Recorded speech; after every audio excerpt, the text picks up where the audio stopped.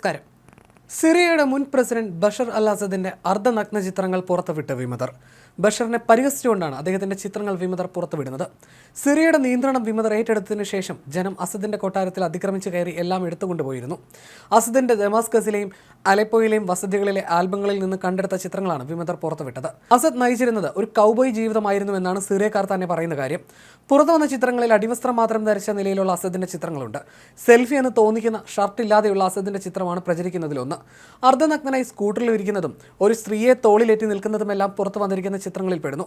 ബഷറിന്റെ പിതാവായ ഹാഫിസ് അൽ അസദ് ശരീരം കാണിച്ചുകൊണ്ട് നിൽക്കുന്ന ഒരു ചിത്രവും പുറത്തു വന്നിട്ടുണ്ട്. ചിത്രങ്ങൾക്കെല്ലാം വലിയ ശ്രദ്ധയാണ് ഇപ്പോൾ കിട്ടിക്കൊണ്ടിരിക്കുന്നത്. സോഷ്യൽ മീഡിയയിലെല്ലാം അസദിന് രൂക്ഷമായ ഭാഷയിലുള്ള പരിഹാസമാണ് ലഭിക്കുന്നത്. അൽ ജസീറയിലെ മാധ്യമപ്രവർത്തകനായ സാദ് അബേദിൻ ഈ ഫോട്ടോകളിൽ ചിലത് എക്സിൽ പങ്കുവച്ചിട്ടുണ്ട്. ഇത് വരാനിരിക്കുന്ന ദിവസങ്ങളിൽ അനന്തമായ പേടി സ്വപ്നങ്ങൾ നൽകുമെന്നാണ് അദ്ദേഹം ഇതിന് നൽകിയിരിക്കുന്ന തലക്കെട്ട്. ഇത്തരം ചിത്രങ്ങൾ പ്രചരിപ്പിക്കുന്നതിനെതിരെ വിമർശനവുമായി സിറിയൻ മാധ്യമപ്രവർത്തകനായ ഹുസാം ഹമൂദും രംഗത്തെത്തിയിട്ടുണ്ട്. ബഷറിനെ തീർത്തും വ്യക്തിഹത്യ ചെയ്യുക എന്നതാണ് ഇതിലൂടെ ഉദ്ദേശിക്കുന്നത്. നേരത്തെ സിറിയയിൽ നിന്ന് കടന്ന മുൻ പ്രസിഡന്റ് ബഷർ അൽ അസദിന് രാഷ്ട്രീയ അഭയം നൽകിയെന്ന് റഷ്യൻ പ്രസിഡന്റിന്റെ വക്താവ് ദിമിത്രി പെസ്കോവ് സ്ഥിരീകരിച്ചിരുന്നു. വിമത സംഘമായ ഹയാത്ത് തഹ്രീർ അൽ ഷാം തലസ്ഥാന നഗരമായ ഡമാസ്കസ് പിടിച്ചെടുത്തതിന് പിന്നാലെ അസദിനെ രാജ്യം വിടാൻ സഹായിച്ചതായിട്ടാണ് റഷ്യ സ്ഥിരീകരിച്ചത്.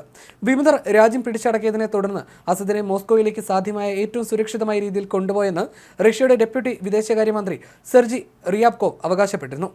ആഭ്യന്തര യുദ്ധത്തിൽ അസദിന്റെ പ്രധാന സഖ്യകക്ഷിയായിരുന്നു റഷ്യ. 2011 മുതൽ 2016 വരെയുള്ള ആഭ്യന്തര യുദ്ധകാലത്തും അതിനുശേഷവും അസദിന്റെ പ്രധാന സംരക്ഷകരായിരുന്നു റഷ്യ.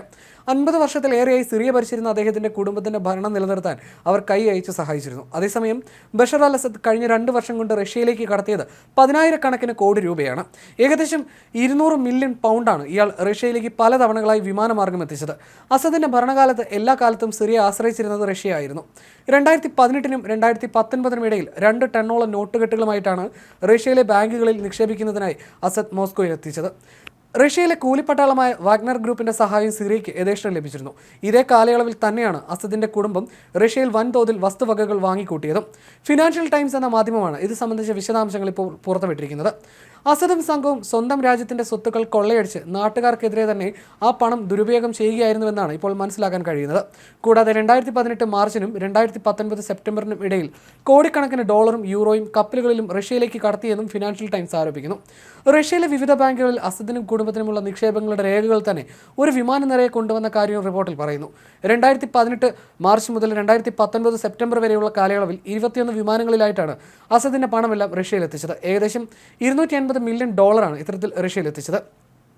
2018 മുതലാണ് ഇത്തരത്തിൽ അസദ് പണം റഷ്യയിൽ എത്തിക്കാൻ തുടങ്ങിയത്. സിറിയൻ ബാങ്കുമായി ബന്ധപ്പെട്ട ഒരു പ്രമുഖൻ വെളിപ്പെടുത്തിയത് ബാങ്കിന്റെ വിദേശ നാണയ ശേഖരം 2018 പൂർണ്ണമായി ഇല്ലാതായി കഴിഞ്ഞിരുന്നുവെന്നാണ്. റഷ്യയിൽ നിന്ന് ഗോതമ്പ് വാങ്ങിയിട്ട് ആ പണം പ്രതിരോധ ചെലവിനായി മാറ്റിവെച്ചു എന്നാണ് അസദ് സർക്കാർ കണക്ക് നൽകിയിരിക്കുന്നത്. അസദും സംഘവും പണം എത്തിച്ച കാലഘട്ടത്തിൽ റഷ്യയിൽ നിന്ന് സിറിയയിലേക്കുള്ള കയറ്റുമതിയുടെ തോത് വർദ്ധിച്ചതായിട്ടാണ് റഷ്യയുടെ രേഖകൾ സൂചിപ്പിക്കുന്നത്. ഇതെല്ലാം തന്നെ അസദിന്റെ പണം കടത്തലുമായി ബന്ധപ്പെട്ട് തന്നെയാണ് ഉണ്ടായതെന്നാണ് കണക്കാക്കപ്പെടുന്നത്.